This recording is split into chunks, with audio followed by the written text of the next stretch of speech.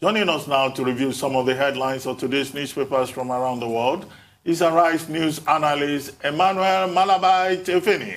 Good morning, Emmanuel. Good morning, Ruben. Good morning. Good morning, Rufai. Morning, Mr. Feni. Good morning, Tundu. You don't need a week to go to court. I'm sure the judges will look the other way for your sake. Efeni the romantic. That's lovely. Oh, my God. Now, let's start the review of today's newspapers with This Day, Nigeria's newspaper of records. The lead story, Victoria, you are influencing me here. Clearly. You know I have Victoria at home. Yes, I'm the one Victoria. We, the elders, will summon you to a balance. Victoria's Okonjo-Iweala pledges to rebrand, reform WTO as DG. Yes, the coronation of Okonjo-Iweala at last, after all the stress by the Trump administration. Finally, she has been named the DG. And expectedly, on March 1, she will hit the ground running because she's prepared, she's qualified, she's got what it takes. And already she has pledged reform and rebranding, and I cannot wait for her to take off. But can she help Nigeria? Ambassador Kechi has also told us, help yourself, help her to help you, just like heaven helped those who help themselves. So the ball is in our court as a country to produce for the international market so that we can truly say our own is there, she will protect us. If we don't have anything in the market, she will just help all others except Nigeria. Of course, the Daily Sun newspaper also reporting the same story. Okonjo-Iweala, former finance minister, shines. Buhari, Atiku, governors, UK, others celebrate as ex-minister emerges new WTO DG. She has brought honor to Nigeria, says President Muhammadu Buhari, and I agree with him totally. Of course, credit to him. He nominated Dr. Ngozi Okonjo-Iweala for that position because a Nigerian who has always been a member of the WTO was already primed to contest that position. But in his wisdom, President Muhammadu Buhari decided to put forward our best leg, and you can see that the whole world agreed with our choice. So kudos to President Muhammadu Buhari on that also. Now, other issues. Daily Independent newspaper. Southwest governors to Meeti Allah. Stop defending killer headers. Bauchi Governor Bala Mohammed is not a statesman. Akeredolu. Northwest governors are sure on security of lives property. NSA, Chief of Defense Staff, reassure of end of insecurity. Also, the Nigerian Tribune newspaper, Shasha Mehem, Kanu, Kebbi, Niger, Zamfara governors in Ibadan meet with Makinde to meet stakeholders, visit markets today. In state broadcast, Oyo governor announces full investigation over crisis. IGP deploys intervention forces with 4 mobile police units, 1 surveillance helicopter. Northwest governors meet NSA security chiefs. I think it's a good development that the governors are moving to calm the situation. Of course, the governors from Kebbi, Kanu, of course, the Kanu governor is an in-law of Oyo State, so his presence in that trip is a welcome development.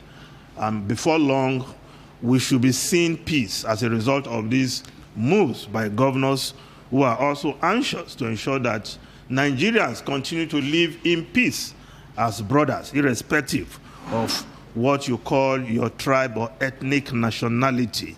Now, the Daily Trust newspaper reporting Northerners leaving Ibadan in droves. No support from government. We contributed to feed victims. Leader Bagudu Ganduje Bello, Matawali meets Makinde. IGP deploys 4 riot police. And of course, News Direct newspaper also has a similar story. Oyo crisis. IGP deploys police, mobile force, intelligence operative. That's the News Direct newspaper. Now, the Leadership newspaper has story on the headers. Criminal headers are being tried and convicted, according to the presidency. PMB, that's President Muhammadu Buhari, determined to end all forms of insecurity.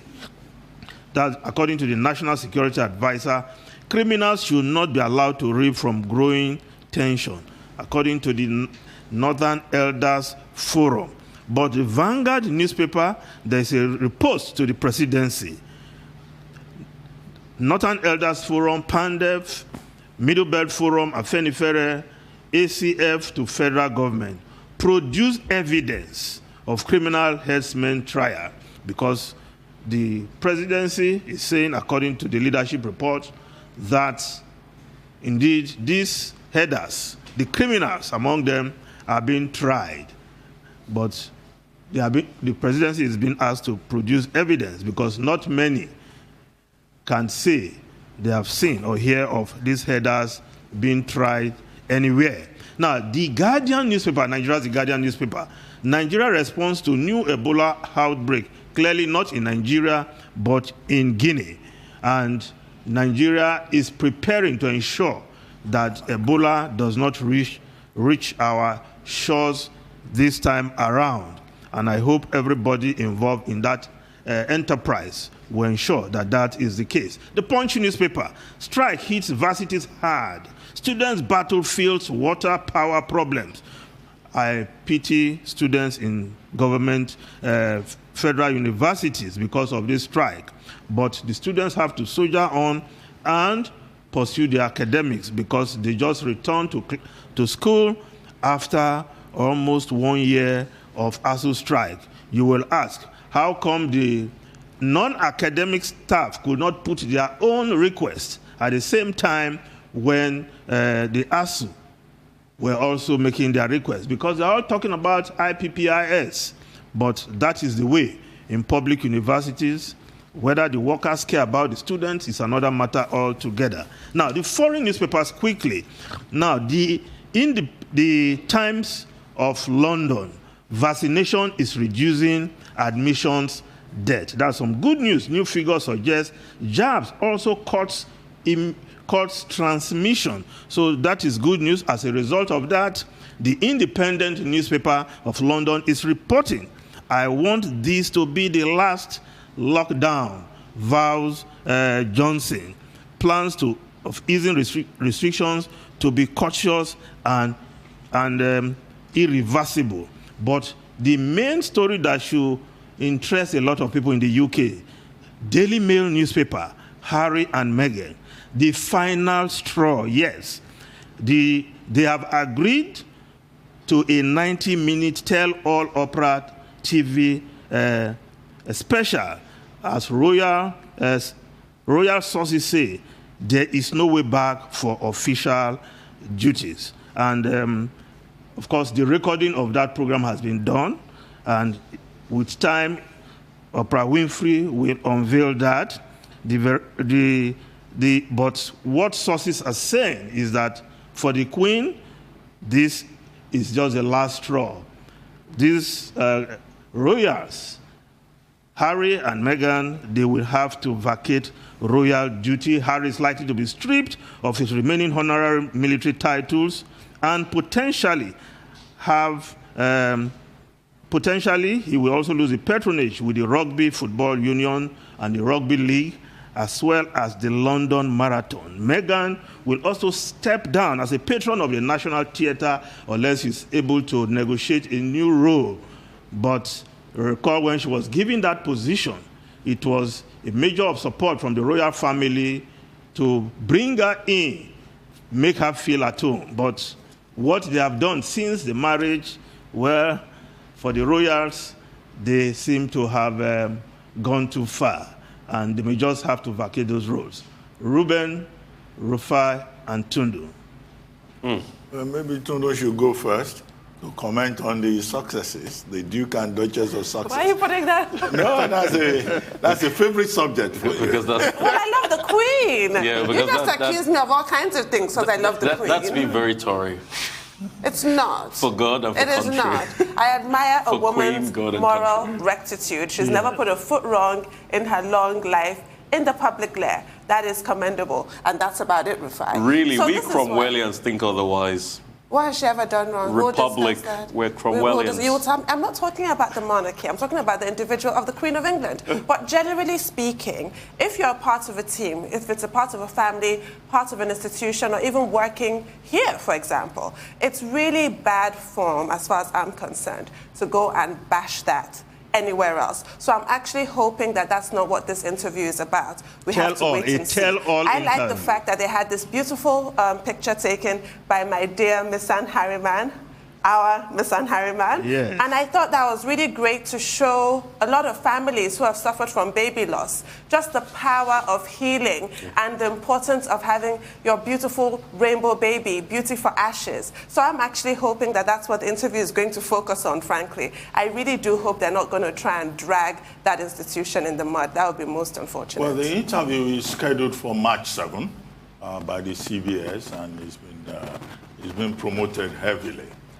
But I know that there are some persons who object to it, like Piers Morgan, who says that the Duke and Duchess of Sussex, that they are hypocritical, that they are behaving like the Kardashians, and that they say they don't like publicity, they want privacy, but then they are busy hogging the limelight from the announcement of a pregnancy to the proposed interview with Oprah Winfrey, from which, in his view, they plan to cash out. And he says, look, these guys, they are just hypocrites. They say they don't want their privacy assaulted, but at the same time, they are splashing on the pages of newspaper. But I think let's go back to the main story on the front page of this day today, which has to do with Okonjo-Iweala, who yesterday was confirmed, announced, appointed as the next Director General of the WTO. She will assume office on March 1.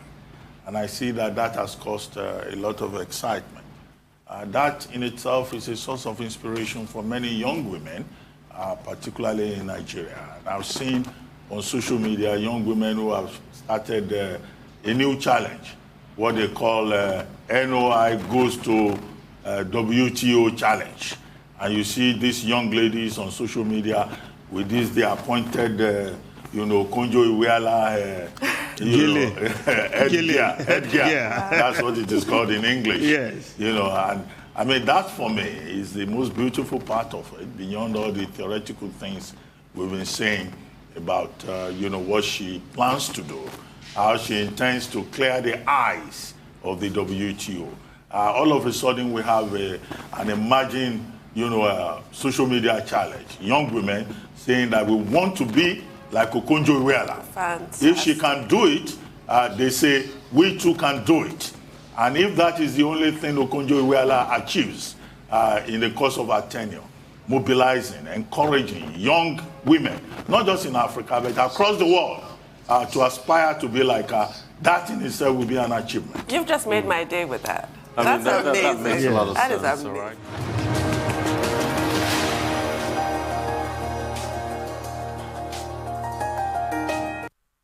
Right, welcome back. So we'll go back to Mr. Ifeni and talk some more about the newspaper review. Mr. Ifeni, I'd like to still say some things about Ngozi Okonjo-Iweala, if you let me.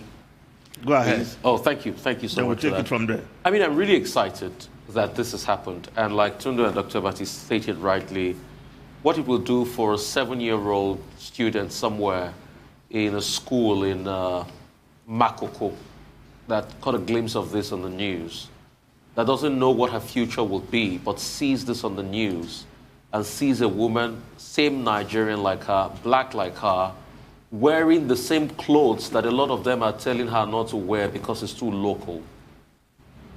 But this woman has aspired to the top and she never stops wearing that same clothes. Western influence tells us it's too local.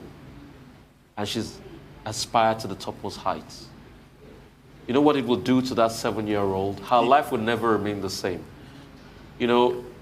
I think it was Okonjo-Iweala that said this. He said the day water drawers and wood hewers understand their purpose and destiny, that day they don't just become water drawers. They don't just become wood hewers any longer.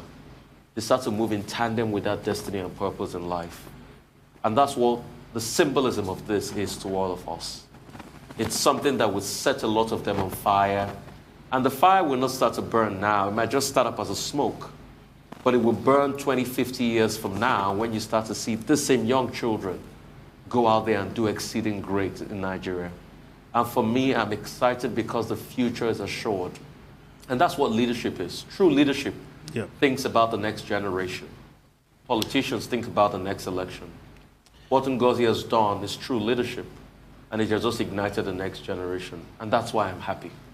Yes, what you mentioned about her fashion statement, if our fashion designers can cash in on that, our textile industries should not be slumbering. Definitely. Yes, because she has consistently promoted this local fabric. And I think that should be enough to also prop our, not just the fashion industry, but the textile industry and all that are associated with that industry. But let's just look at other subjects. I want us to just go back to two newspapers. The New Telegraph, Nigeria's New Telegraph. Service chiefs to Nigerians will end security challenges. The national security advisors, some people undermining our efforts. But the interesting part is that the chief of defense staff is saying, we have new strategy to change the tide. That is music to my ears. Because, Ruben, you are one of the advocates of changing the security architecture. Well, you know, also, I'm also one of the most vocal critics of that hackneyed phrase. Yes, security architecture. But he is saying that now there is genuine, real. Okay. Let me comment on that. Yes. The security chiefs, along with the National Security Advisor, Mohammed Babagana Monguno, they met a few days ago and they decided that they should all work together. And they came up with a strategy that they should have what they call the whole of government and the whole of society approach to the security problem in Nigeria. And the way they define that is that the National Security Advisor and his team will go out there from one geopolitical zone to the other to hold what they call town hall meetings to get feedback, to work out strategy, and to build a framework for synergy with various stakeholders across the country. And they started that yesterday when the National Security Advisor had a meeting with the governors of the northwestern part of the country, 7 of them. Now, my own position in this regard is that, look, this is very familiar strategy, going about mining opinion and just holding talk shops. I'm not sure that's all there is to the new security strategy they're talking about. Well, but that is the big thing that they announced and they followed up on yesterday. That is the visible side. Well, beyond that, public. Beyond that, what you quoted the Chief of Defense Staff saying is that, okay, they will solve security problem. How are they going to solve it? This is about strategy. This is about resources. To quote him, said, we have new strategy to change the times. What is that new strategy? It's not everything they will put on the public domain. Well, whatever it is. But my own argument is this. There is another story that you quoted earlier on about northerners fleeing from the southwest. Not fleeing, fleeing. Leaving the southwest. Because they were displaced. Nobody is helping their leaders to feed them. And they are not moving. But you also realize that there are groups in the north, the Northern Youth Council, for example, that have said, look, northerners in the south should be evacuated. And that space should be created for them by the governors of the north to be able to accommodate them. My concern is that, look, the signals are scary. They are frightening. They are disturbing. What is going on in terms of security in the country is something that the government needs to take far more seriously. I have recommended, I don't know how controversial that will be, that at this point in time, the Buhari administration has not been supportive of the idea of maybe a national conference or something. But we need to get all these gladiators out of the forest, out of the streets where they are fighting each other, with weapons of mass destruction, and put all of them in a room so that we can address those issues, because those issues have refused to go away.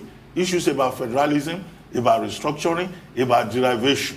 And there are angry people out there who are translating their anger into pure violence, either along religious or ethnic lines. That's my position. Other people may have other positions, but clearly security remains the biggest threat to the stability, progress, and security of Nigeria at this moment. Right. For me, I'll just say this quickly. We can change strategies all we want, but let's not forget, culture will always eat strategy for breakfast. There has to be a conversation on the culture of the security apparatus and what we've done over the years. How can the security apparatus work in tandem with one another? Intergovernmental workings, interministerial workings across board, information share. Those are the things that are incumbent on culture. We still talk about fracas between the police and the army sometimes. Those things are incumbent on culture. We can change strategies from today till thy kingdom come. But if we don't change the culture that makes us see ourselves as one in this, security fight against bandits, nothing will be done. And secondly, please, let's calm down the rhetoric. We don't want war in Nigeria. It's peace we want. Everybody wants to live in peace and harmony. We are hearing too much rhetoric. A lot of people are fanning so much embers of discord. Nobody will win in a war. Let's give peace a chance. Let's all be statesmen here. Who is a statesman? Somebody that rises above the sentiments of today and thinks of the generations yet unborn. Please, it is only one country we have. It is only one land we have. It is only one river we have. Numerous rivers, I should say, but it is only one Nigeria we have. Please, let us calm things down. Let us uphold the tenets of peace. Yeah, a timely call, a timely call. Tundu, you want to say something on that security? It's all been said. All the saber rattlers should kindly be quiet. Yes, I think Pipe down. We should talk peace more. And when governors move around to talk with one another on how to bring tension down, I think it is also a welcome development. But perhaps we should have something from the president, because all these presidency issuing statements, I cannot equate that with the president addressing the nation on this matter. All right, thank you so much. Ifeni, the president has already spoken. You will recall that on Sunday, the presidency issued a statement. The president is resolved to ensure... You said issued a statement? Yes, to ensure, to restate, to reaffirm that the president will ensure your safety, my safety, and our safety. Okay. I'd like to say a very big thank you to you, Mr. Ifeni.